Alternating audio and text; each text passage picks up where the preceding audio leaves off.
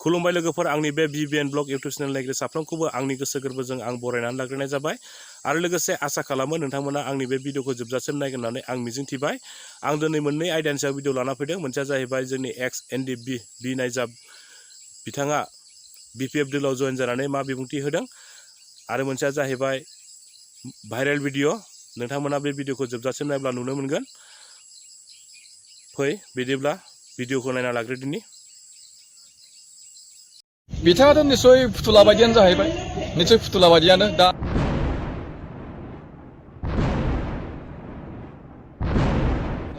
प्रमद बर' बिथां आरो बिथांनि सोरखारा दिनैसिमहालागैबो मुंख्लंफोरनोबो थाइसेबो थाखा कम्पेन्सेसन हिसाबै होनो हायाखै।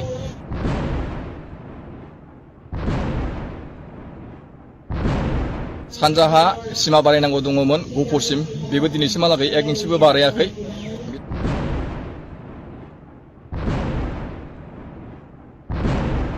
आंनिसिम इन्टारभिउ लानायनि थाखाय दा आङो दिनैहाय BPF राजखान्थि हान्जायावहाय जयेन जानाय जाबाय।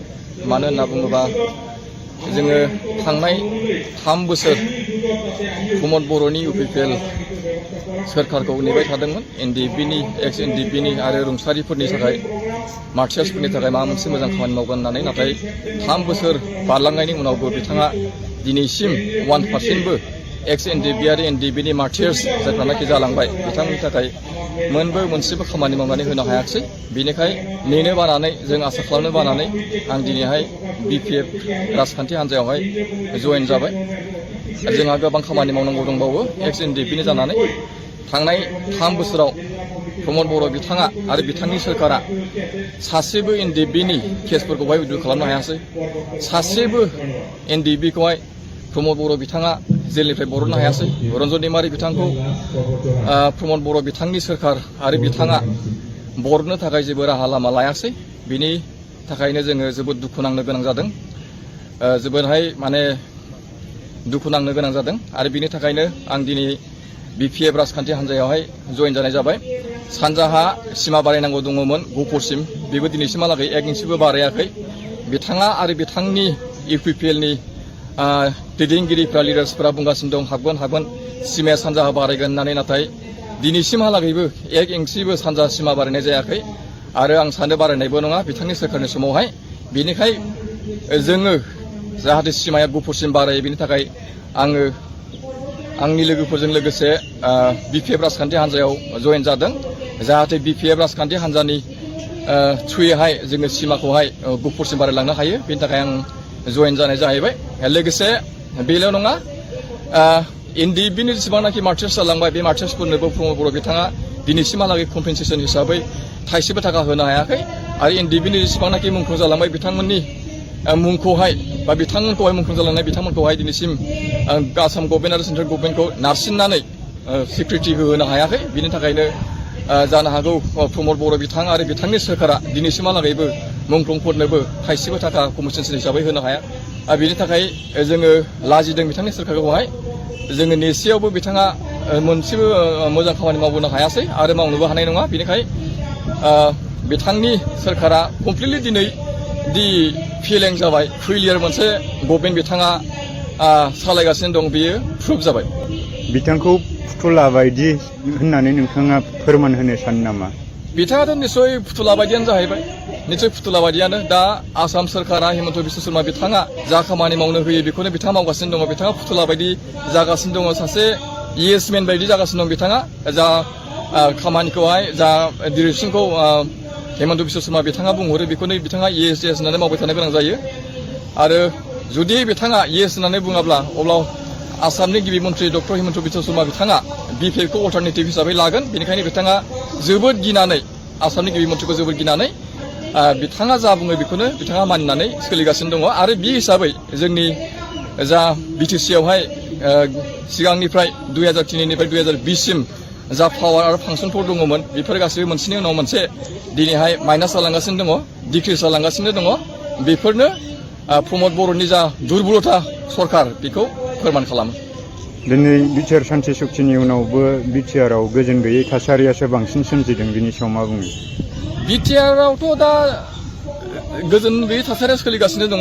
सानफ्रामबो बुंनो थाङोब्लाथ' फेक एनकाउन्टाराव सोलिगासिनो दङ फारसेथिं जिनाहारिया सोलिगासिनो दङ बेफोरबायदि गासैबो सोलिगासिनो दं आरो फारसेथिंजाय नोंथाङा नायहरदो एभिक्सन खालामनाय बिटिसिनि मानसियानो जुदि बिटिसिनिफ्राय एभिक्सन खालामजानांगौब्ला अब्ला बिनिफ्राय आरो लासिंसिं जेबो जाथावना गैया बिनिख्रुइ लाजिथावनासिन आरो जेबो गैया होननानै आं सानो आरो बेफोरबायदिनो गोबां बायदि बायदि दंबावो जायफोरनाखि गुसुं समावहाय बुंजोबनो हाया नोंथांमोननि बारग' एनडिएफबिफोरनि समस्याखौ नोंथांमोनहा सल्भ खालामनो जिखिनि थाबोनाय बारग' एनडिएफबिफोर बा सोरबा बबेबा दोलोआव खामानि मावबाय थानाय बारग' एनडिएफबिफोर बिथांमोनखौ जयै बिपिएफ दोलोआव फैनानै नोंथांमोननि समस्याखौ समाधान खालामनो बयखौबो खावलायहरगोन नामा आं बेखौनो खावलायगोन दा एक्स एनडिएफबिफ्राबो जाय जेरै हागौ एरै गावबा गावनि थांनानै थानायनि राहाखौ लागासिनो दं सोरबा इउपिपिएलआव दङ सोरबा बिपिएफआव दङ सोरबा एक्स एनडिएफबि हिसाबैनो दंबाय थायो बेनिखाय आं सानो